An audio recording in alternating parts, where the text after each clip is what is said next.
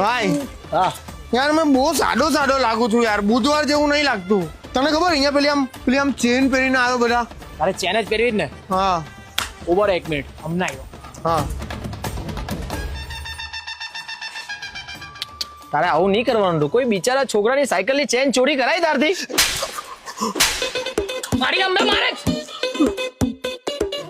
Sir બરાબર છે. કેવો લાગે